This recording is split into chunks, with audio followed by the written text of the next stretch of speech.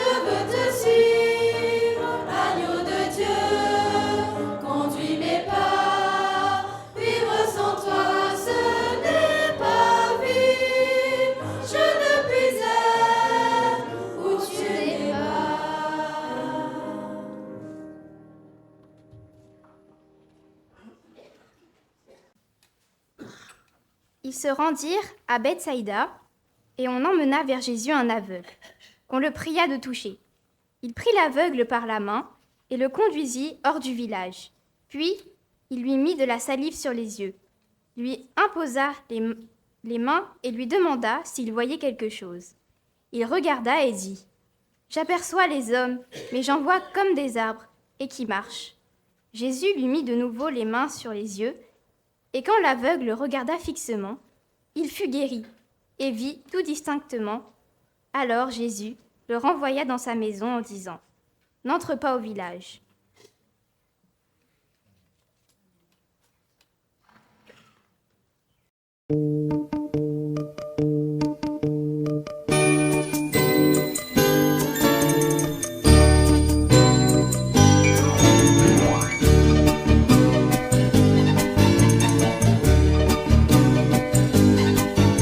Bonjour les enfants, les petits et les grands, soyez bienvenus dans l'église. Louons le Seigneur, tous en chantant, que l'amour soit notre devise. Bonjour mon ami, toi l'inconnu, bienvenue dans la famille. Tournons les yeux vers Jésus-Christ, c'est lui la lumière qui brille. Prêtez l'oreille, il a des choses à vous dire. Ouvrez vos cœurs à sa parole divine. Il guide mes pas, il me fortifie, c'est lui ma source de joie. Bonjour à tous. Alors l'histoire d'aujourd'hui est pour les petits mais aussi pour les grands. Je vais vous raconter aujourd'hui l'histoire d'Eliana. Eliana avait 2 chats. Elle avait un chat qui s'appelait Mistigris et un chat qui s'appelait Pollux.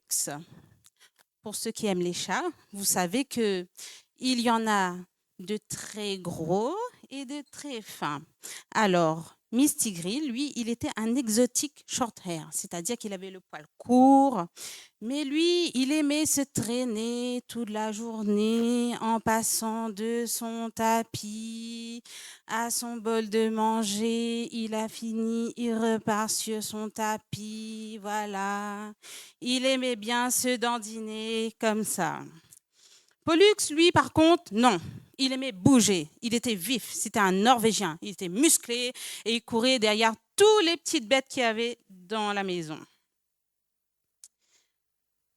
Alors, Mistigri, lui, il aimait bien traîner dans les pieds d'Eliana parce que toute la journée, il aimait bien aller chercher à manger.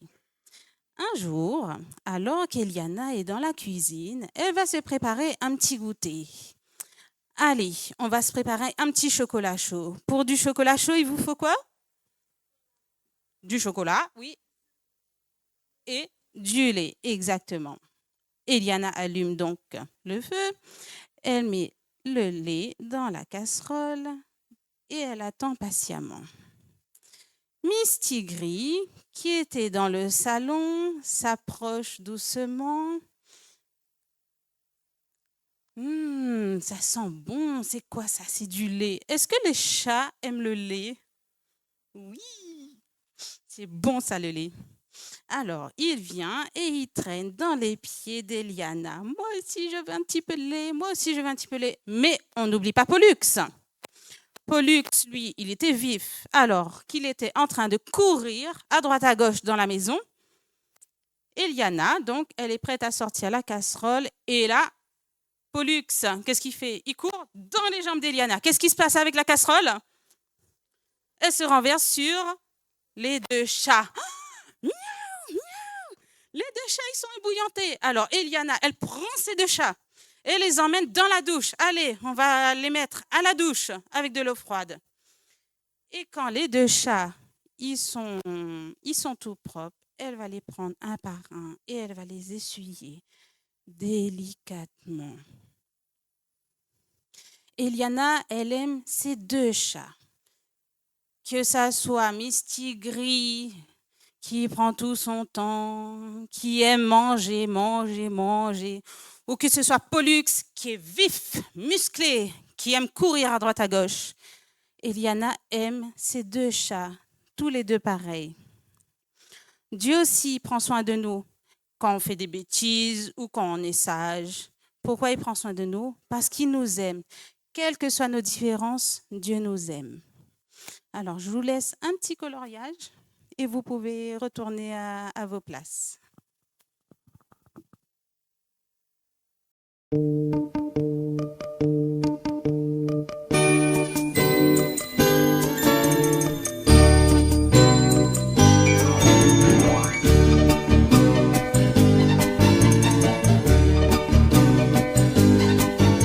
Bonjour les enfants, les petits et les grands, soyez bienvenus dans l'église. Louons le Seigneur, tous en chantant, que l'amour soit notre devise. Bonjour mon ami, toi l'inconnu, bienvenue dans la famille. Tournons les yeux vers Jésus-Christ, c'est lui la lumière qui brille. Prêtez l'oreille, il a des choses à vous dire. Ouvrez vos cœurs à sa parole divine. Comme je disais tout à l'heure, je suis toujours très heureux de vous revoir. Donc tout s'est bien passé en métropole. On aura le temps, l'occasion de pouvoir en parler un petit peu ensemble pour cette campagne d'évangélisation. Ils avaient juste eu la bonne idée de mettre la campagne avec la même date que le printemps de Bourges. Vous avez déjà entendu parler du printemps de Bourges, hein? C'est une grande manifestation musicale dans la ville de Bourges avec les grands artistes, les chanteurs, tout ça qui viennent. Et moi, j'étais de l'autre côté. Hein? C'est pas bien équilibré. Okay?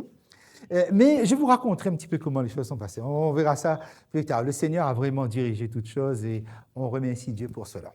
Ce matin, avec le peu de temps que nous avons devant nous, je voudrais vous parler de la puissance de Jésus. Et je suis toujours émerveillé de la façon dont Jésus accompagne une guérison.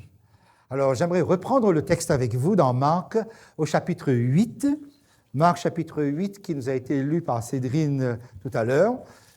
Il y a tout un contexte là-dedans et c'est très intéressant d'analyser ce qui s'est passé et de bloquer, de faire attention à certains détails que nous avons ici. Donc la guérison, nous sommes tous concernés par le phénomène de la guérison, que ce soit à forte intensité physique, psychique ou autre, ou spirituelle, nous sommes tous concernés. Marc chapitre 8. Dans Marc chapitre 8, si je prends d'abord pour élargir le contexte dans le chapitre 7, à partir du verset 31, nous avons ici Jésus qui va opérer un miracle.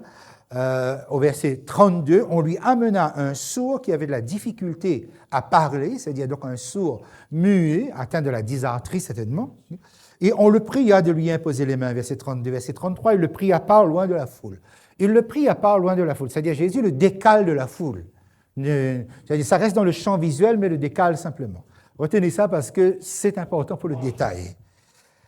Il mit les doigts dans les oreilles, parce que c'est quelqu'un qui n'entend pas, qui est sourd, et lui toucha la langue avec sa propre salive, donc comme quelqu'un qui a de la difficulté à parler. Vous voyez qu'il y a une association, une identification corporelle avec la défaillance du fonctionnement de cet homme-là qui parle mal ou qui ne parle pas et qui n'entend pas.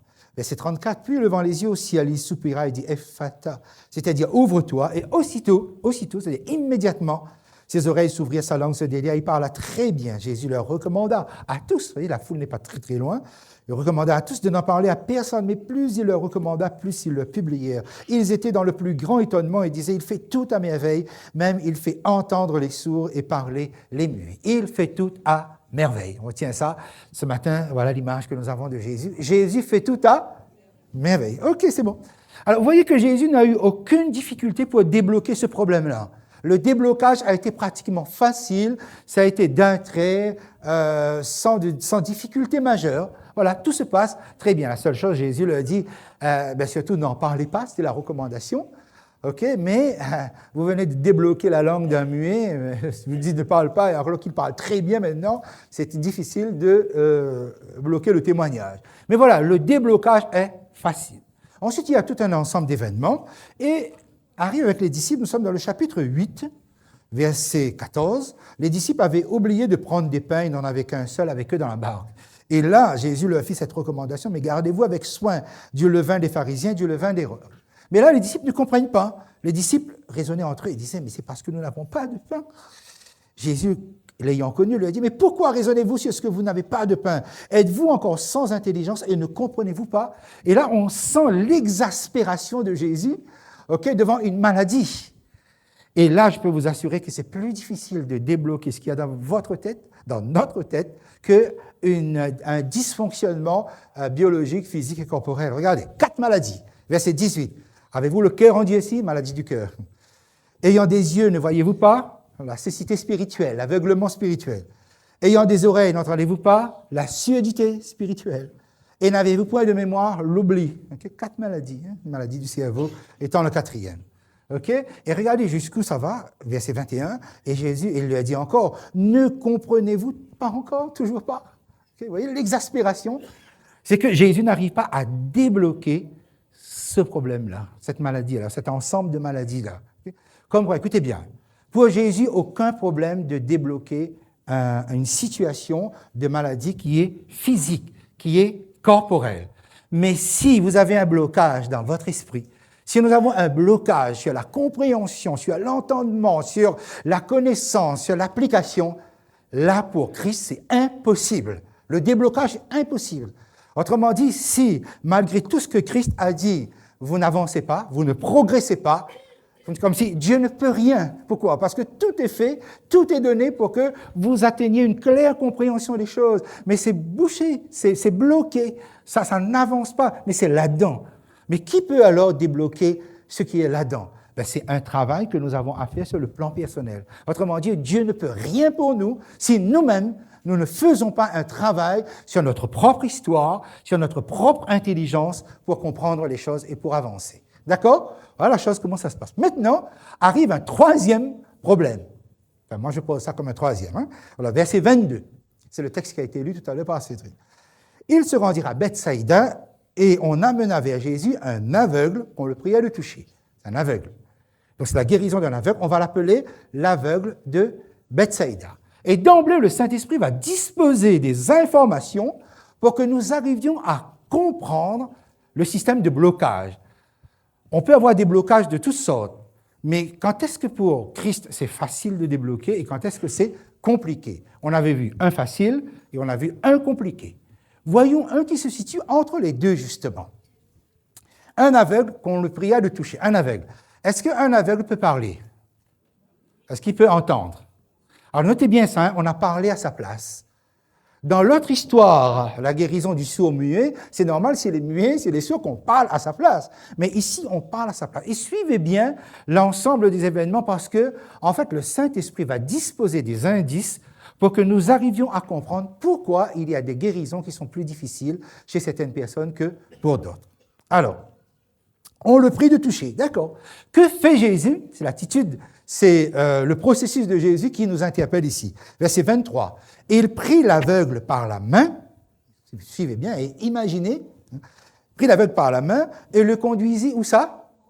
Hors du village. Ça veut dire que non seulement la foule est éloignée de ça, mais la foule ne va pas voir non plus.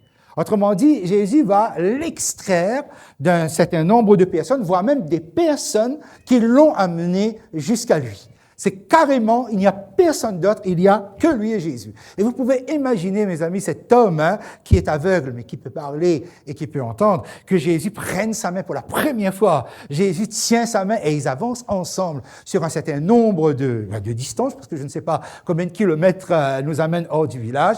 Et immanquablement, Jésus lui parle. Mes amis, qu'est-ce que Jésus lui dit? Je ne sais pas, j'aurais aimé, moi, savoir. Mais ça appartient à l'intimité de leur conversation, comme chacun de vous. Mes amis, Jésus vous parle et Jésus ne dira jamais à quelqu'un d'autre ce qu'il vous dit à vous sur un plan personnel. Jésus a des choses à nous dire. Bon. Mais il y a quand même des choses que Jésus va lui dire et que nous allons apprendre.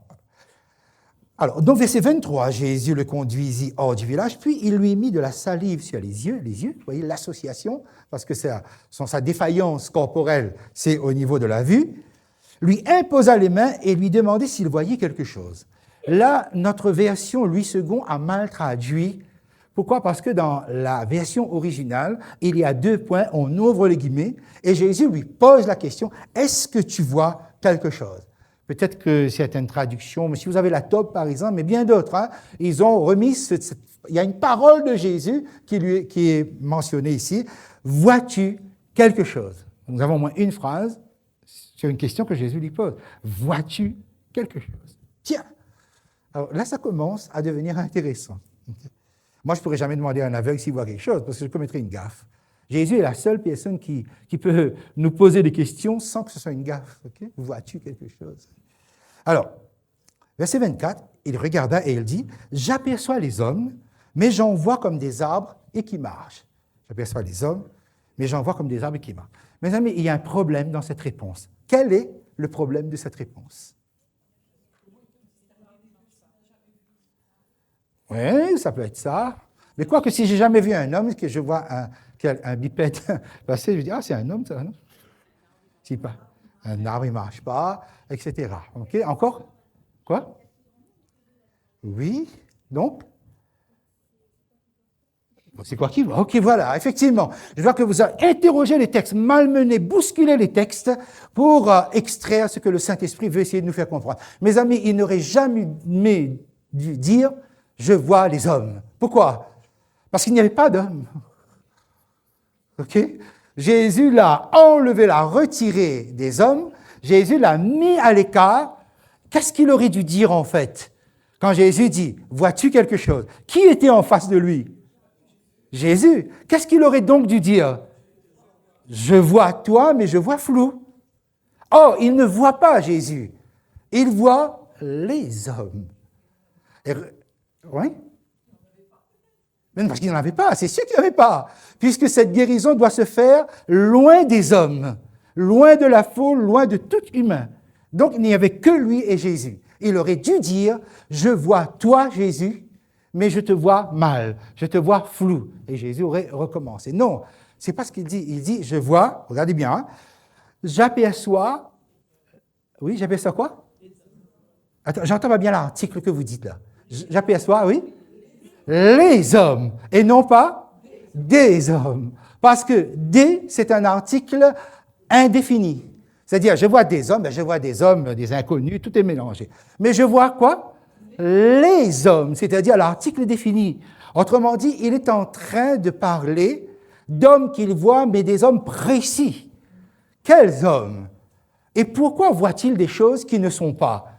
Parce que, mes amis, c'est très simple en fait. C'est que cette image est dans son esprit et non pas dans la réalité.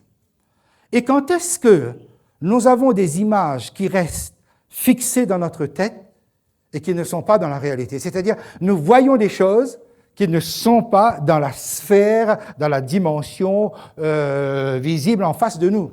C'est quand nous avons un traumatisme. Quand un traumatisme fixe une image dans notre esprit, et quand bien même, un peu comme ces enfants qui ont subi des bombardements pendant la guerre, qui continuent à entendre des bombardements, même quand il n'y a plus de bombardements. C'est-à-dire que le traumatisme... Et là, je voudrais vous donner une définition, ça vient de Boris Cyrulnik. Je vous rappelle que Boris Cyrulnik, c'est le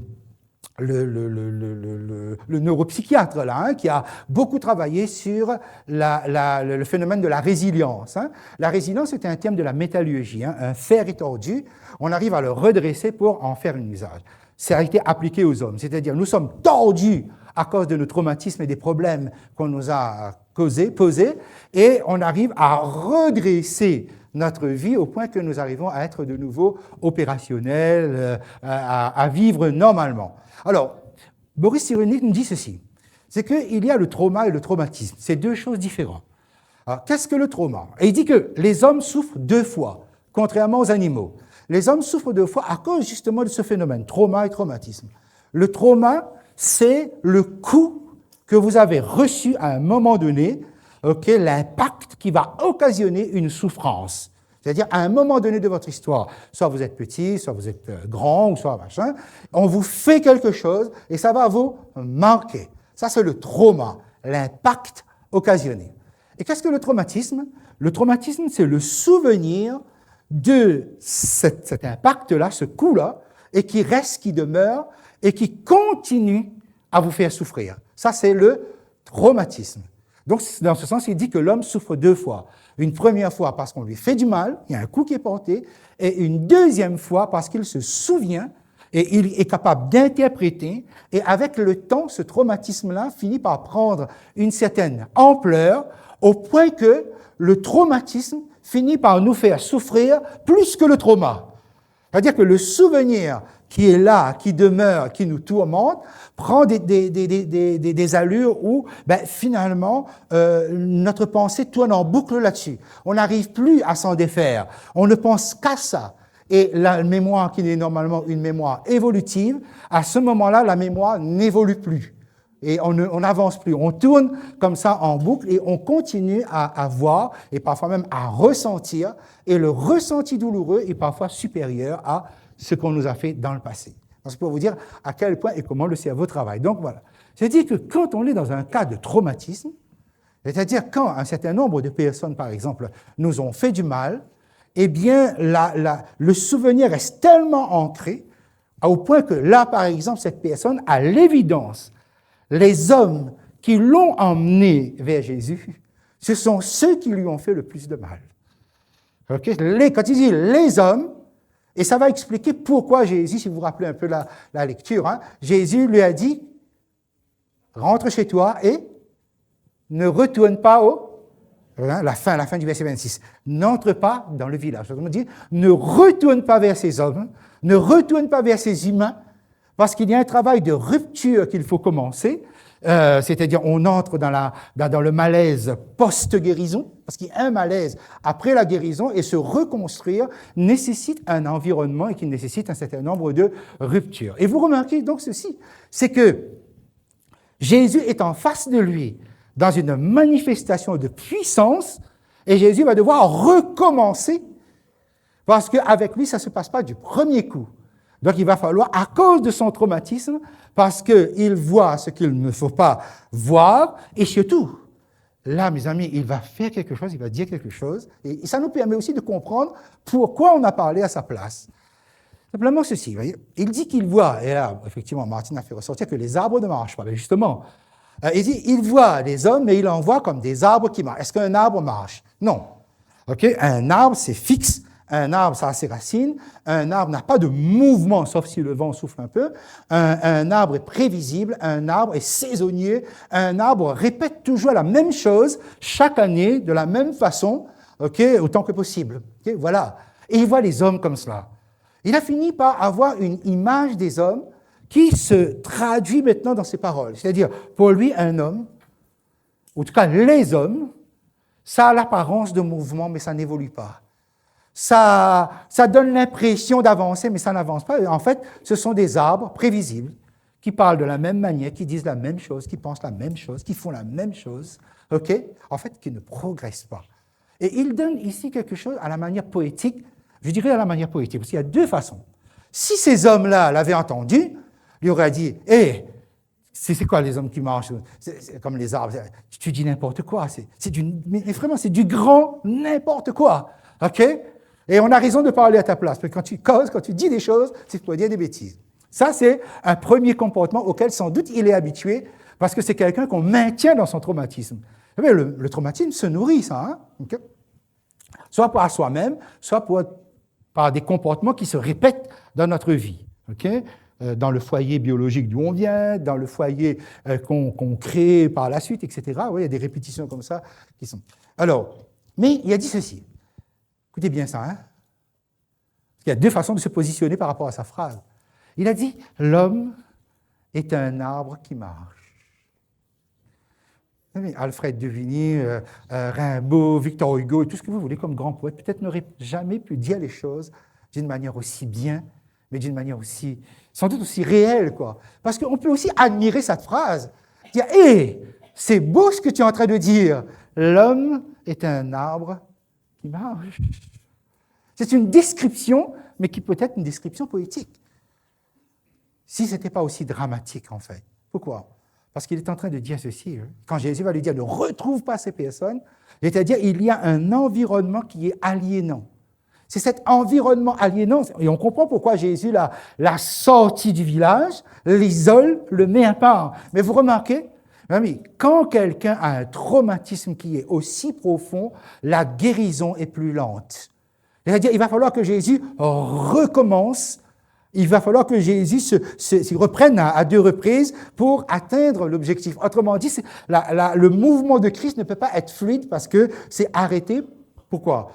Quand une guérison prend du temps, ce n'est pas parce que la puissance de Dieu est plus faible, mais parce que le blocage en moi est plus fort. Et c'est ça que nous devons intégrer. C'est ça que nous devons comprendre, savoir qui nous avons en face de nous. Quand Jésus travaille auprès de tout le monde. Ça n'y a pas. Mais pourquoi ça prend plus de temps avec certaines personnes, certains membres qui ont fait alliance, et pourquoi ça va plus vite avec d'autres? Mais parce que le terrain n'est pas le même. Parce que ce qui se situe intérieurement là, en eux est différent, en fonction de quel est notre passé, quelle est notre histoire, quel est notre vécu, et qu'est-ce que nous transportons. Et vous remarquez, un traumatisme en nous peut bloquer la puissance de Christ en face. Et vous pouvez imaginer, pourtant, quand Jésus a marché avec lui, Jésus lui a parlé, donc il y a eu dialogue, il savait qu'il allait être guéri. Vous pouvez imaginer ces hommes-là, les hommes-là qui m'ont amené là, mais comment ils se comportent? Ils ont parlé à ma place. Et vous savez, et ça, c'est pas normal, ça. On ne parle pas à la place d'un aveugle. Regardez Bartimée, nous sommes à 2 chapitres plus loin, chapitre 10. Vous avez un homme qui s'appelle Bartimée. Il est en face de Jésus. Lui aussi, il est aveugle. Et Jésus dit, qu'est-ce que tu veux? Que je recouvre la vue. Qu'il en soit fait selon ce que tu demandes. Et il retrouve la vue. Donc, il sait très bien parler. Un aveugle peut très bien parler. Regarde, il parle à ma place. Pourquoi? Et c'est vrai, c'est quelque chose, c'est que vous ne le voyez pas dans la traduction en français. Mais dans l'original, vous voyez cette phrase, « J'aperçois les hommes et j'en vois comme des arbres qui marchent », cette phrase est très mal construite sur le plan grammatical. C'est tellement que le Saint-Esprit a voulu comme ça, vous savez pourquoi? Pour montrer à quel point il bute sur les mots. 3 fois, il utilise le mot « voir » et avec 3 mots différents. C'est comme si il ne sait pas quel mot, c'est quelqu'un qui bute sur les mots, qui dit quelque chose. Vous voyez, et vous êtes en face, vous vous impatientez parce que la personne n'arrive pas à dire sa phrase correctement. Mais il y a ceci, c'est que moins vous parlez et plus difficilement vous parlez quand on vous donne la parole. Moins vous parlez bien, Plus les autres parlent à votre place, et plus les autres parlent à votre place, et moins vous parlez bien. C'est ça qu'on arrive ici, c'est-à-dire à force de parler à sa place, il a de la difficulté quand Jésus lui donne la possibilité de pouvoir dire, il est bloqué, le blocage est là. Et vous avez compris maintenant où je veux en venir. Mes amis, il y a parmi nous, peut-être moi le premier alors du coup, nous pouvons avoir des blocages qui empêchent Jésus d'arriver jusqu'au bout de son objectif avec moi. Pourquoi? Parce que ces blocages font que, quand bien même mon expérience avec Christ est authentique, mais le blocage est supérieur à l'action de Christ en face de moi. Ce qui fait que je ne vois plus Jésus, je vois les autres. Je vois ma famille, je vois peut-être mes enfants, mes parents, le voisin, l'oncle, tout ce que vous voulez. Je vois l'Église qui n'a pas intégré mon problème, ok? Mais ceci montre aussi, mes amis, quand Christ est intervenu la première fois et que ça a bloqué et que la guérison n'a pas pu atteindre, mais ça montre que le malaise post-guérison existe. Autrement dit, il y a quelque chose que nous ne voyons pas toujours clairement lorsque nous voyons des guérisons dans la Bible. Lorsque nous voyons des guérisons dans la Bible, nous avons l'impression que la personne est guérie et après, ça va, tout se passe bien. Non. Quand une personne est guérie, il y a un traumatisme de son vécu, de son mal-être tout le temps que cette personne a porté la maladie. Et après, il va falloir gérer ça. Il y a deux étapes. Il y a une étape, Dieu s'occupe de cela. Et puis, il y a une deuxième, qui est de notre ressort. 3 chapitres auparavant, chapitre 5, Marc. Vous lisez ça, hein? Marc, chapitre 5. Vous avez une femme qui est atteinte de perte de sang depuis 12 ans. Le texte nous dit qu'elle a souffert dans la main des médecins pendant 12 ans. Parmi ces médecins, il y avait qui étaient sincères, il y avait qui étaient honnêtes, mais il y avait aussi des escrocs, des charlatans. Et le texte nous dit qu'elle a tout dépensé dans la main des médecins. Autrement dit, son compte est à 0. Elle n'a plus rien sur son compte. Et autre chose, le fait qu'elle avait un écoulement de sang fait qu'elle était considérée comme impure et elle ne pouvait pas fréquenter la société. Donc, elle ne pouvait pas travailler, parce qu'elle était considérée impure. Elle ne pouvait pas s'approcher de la foule. Mais vous pouvez imaginer que pendant 12 ans, on nous dit que cette femme a souffert, elle a cet écoulement dans la partie la plus intime de son être en tant que femme. Okay? Et là, elle a une idée, un projet, c'est de toucher Jésus par derrière, parce qu'elle sait qu'elle ne peut pas approcher la foule. Si la foule sait que cette femme-là, on va la repousser d'extérieur. Donc, elle arrive en cachette, elle s'approche et elle touche. Est-ce que ça a marché? Est-ce que l'écoulement de sang s'est arrêté? Oui, ça a marché. Mais vous avez remarqué que Jésus pose la question, mais qui m'a touché? Il fallait un dialogue. Il fallait entreprendre un dialogue. Et effectivement, donc, la femme toute tremblant de frayeur se prosterne devant Jésus et finalement, Jésus dit, « Ma fille, ta foi t'a sauvée. Tu es guérie. Et, voilà. Sois guérie de ton mal. Ta foi t'a sauvée. » OK, il y avait ce dialogue. Mais on n'imagine pas un seul instant que quand on est guéri sur le moment, ça va bien. Okay? On est soulagé. C'est comme si quelqu'un nous a enlevé un poids qui était trop fort. Mais après, il va falloir vivre le malaise post-guérison avec le traumatisme qui s'est installé dans la personne. Et ça prend plus de temps. Ça demande un autre accompagnement qui est plus long. Ce texte-là nous enseigne que Jésus accompagne, et il accompagne jusqu'au bout. Mais quand il renvoie la personne, il dit « Ne retourne pas vers ces hommes qui ont occasionné un environnement aliénant, mais rentre chez toi, parce que tu as un travail à faire, parce qu'il y a quelque chose qui est dans ton intérieur, une maladie qui est dans ton intérieur et qu'il va falloir prendre en main, il va falloir faire un travail sur toi-même. » Ce travail sur soi n'est pas toujours clair, connu, identifié par chacun de nous. Parce que nous croyons que si quelqu'un, nous avons cette pensée, si quelqu'un connaît Jésus, donc tout doit aller bien, tout est lisse, l'interface est impeccable. Mes amis, non, c'est pas vrai. Okay. Il y a une guérison qui est immédiate, ça peut être miraculeuse, mais après, avec le temps, et je connais des personnes qui ont été l'objet de miracles dans la guérison, mais qui plus tard ont abandonné la main de Christ. Pourquoi? Parce qu'ils ne comprenaient pas le malaise qu'ils continuaient à ressentir. Parce qu'ils disent, si j'ai été guéri, si j'ai été l'objet d'un miracle, ça doit aller mieux, je ne dois pas ressentir ce ressenti désagréable, etc. Donc, ces personnes ne comprennent pas que être chrétien, c'est porter sur un temps assez long, un traumatisme qui occasionne une certaine douleur, et la douleur est toujours désagréable. Donc, ce qu'il est en train de dire ici, c'est très fort parce que nous devons dégager les leçons pour nous. Il dit, finalement, si ces hommes sont comme des arbres, ça veut dire qu'ils sont prévisibles. Hein? Un manguier, ça donne quoi? Des mangues. Okay. Un bananier, voilà. Okay. Je n'aurais jamais la surprise un jour de voir des bananes sur un manguier. Okay.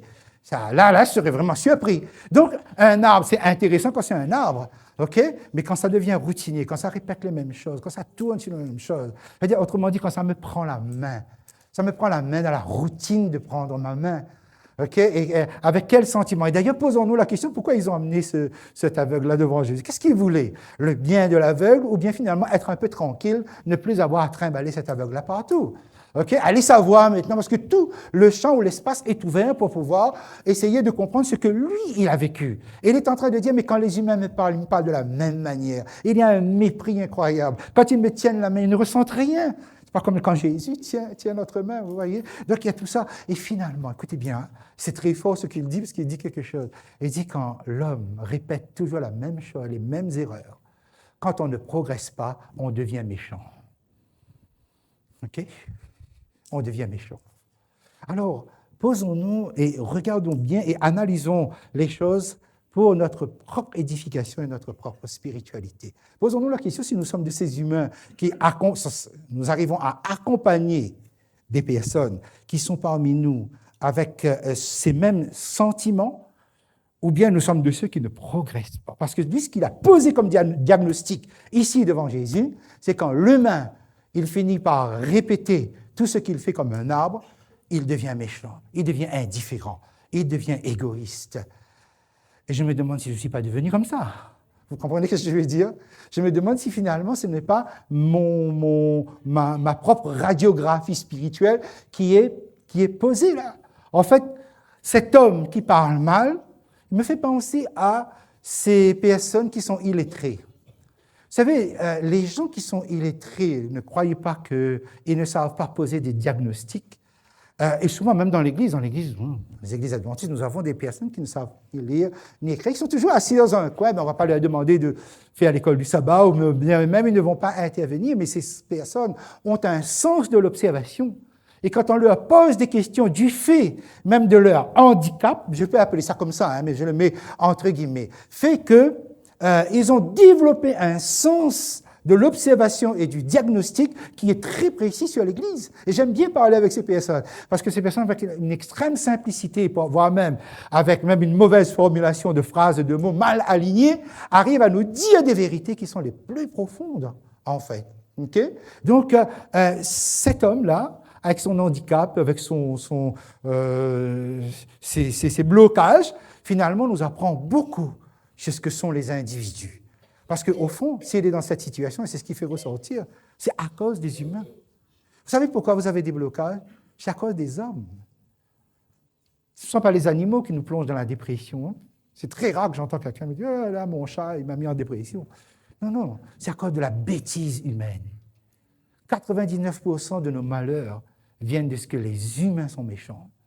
Les humains nous font des choses. Vous voyez? Et jusqu'à aujourd'hui, si on a des ralentissements et on traîne, c'est à cause de cela. Vous voyez?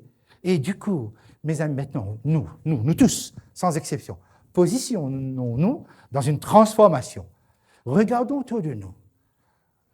Est-ce que nous ne sommes pas nous-mêmes exaspérés par des personnes qui ne progressent pas, qui n'avancent pas et qui ont des blocages dans la guérison? On se dit que, mais ce n'est pas possible.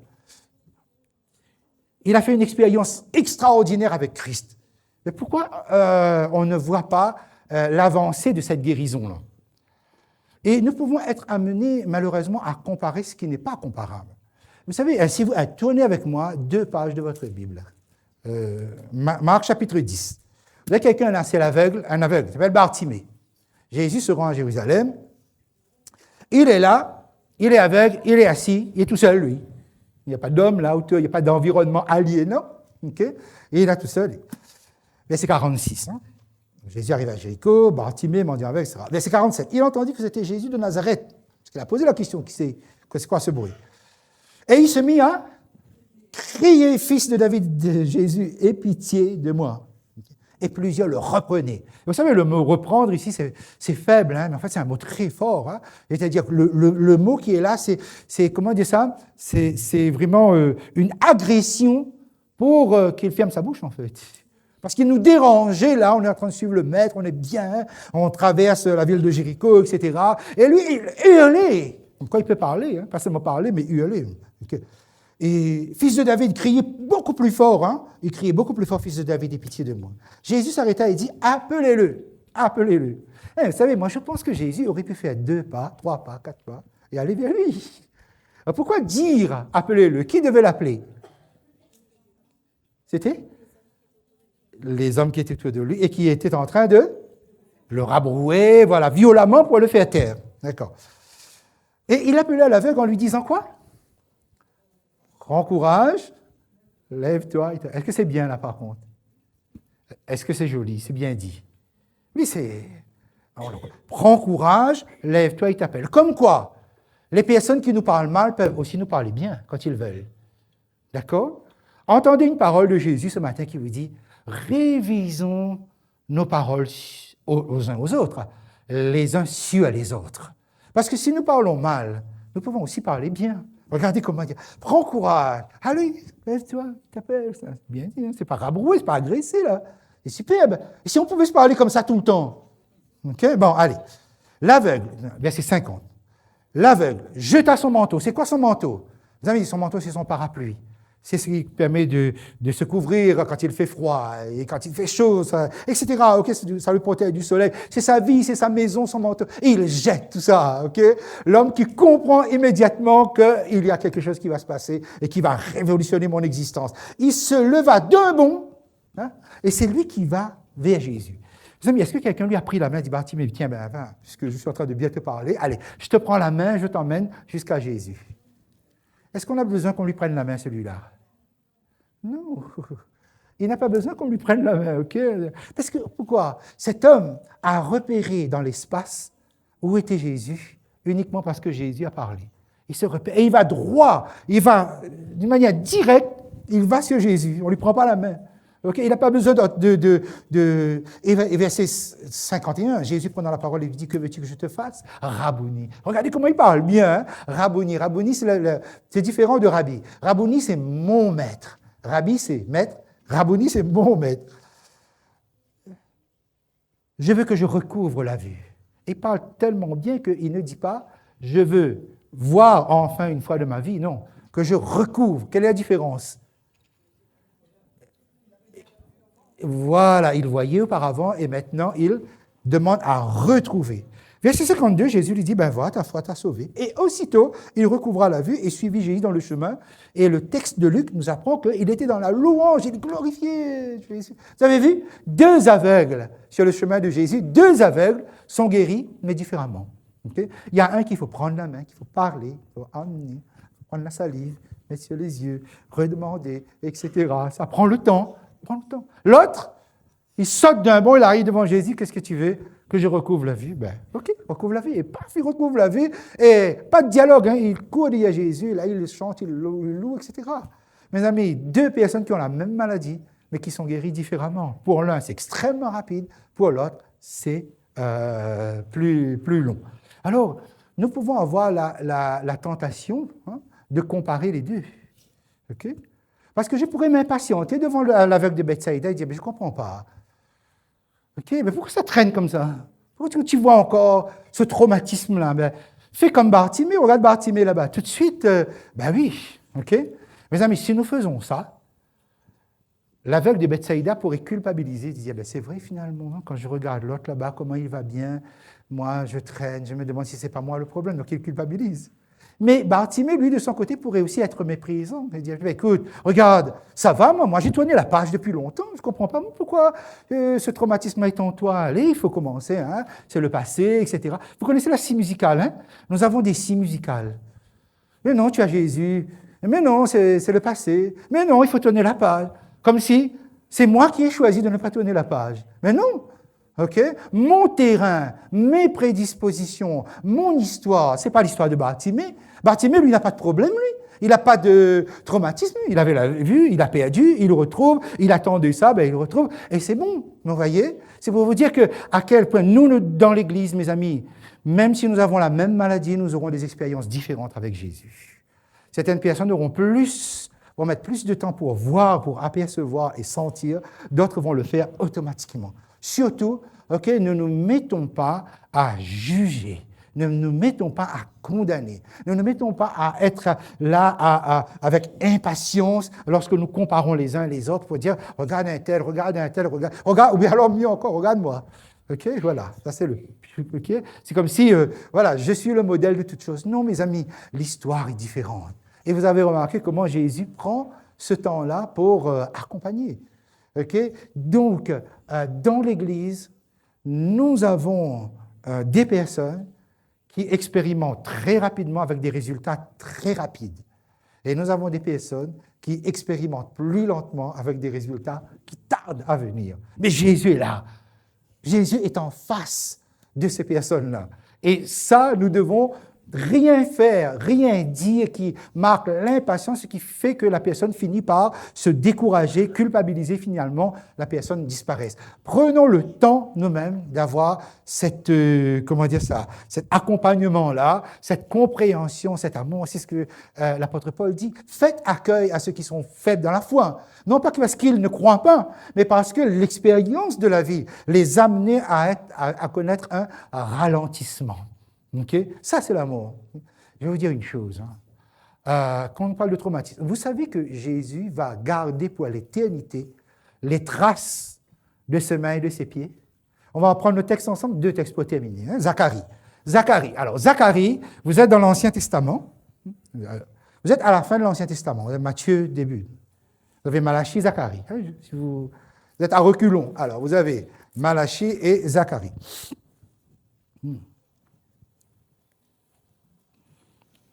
Alors, Zacharie, chapitre 13.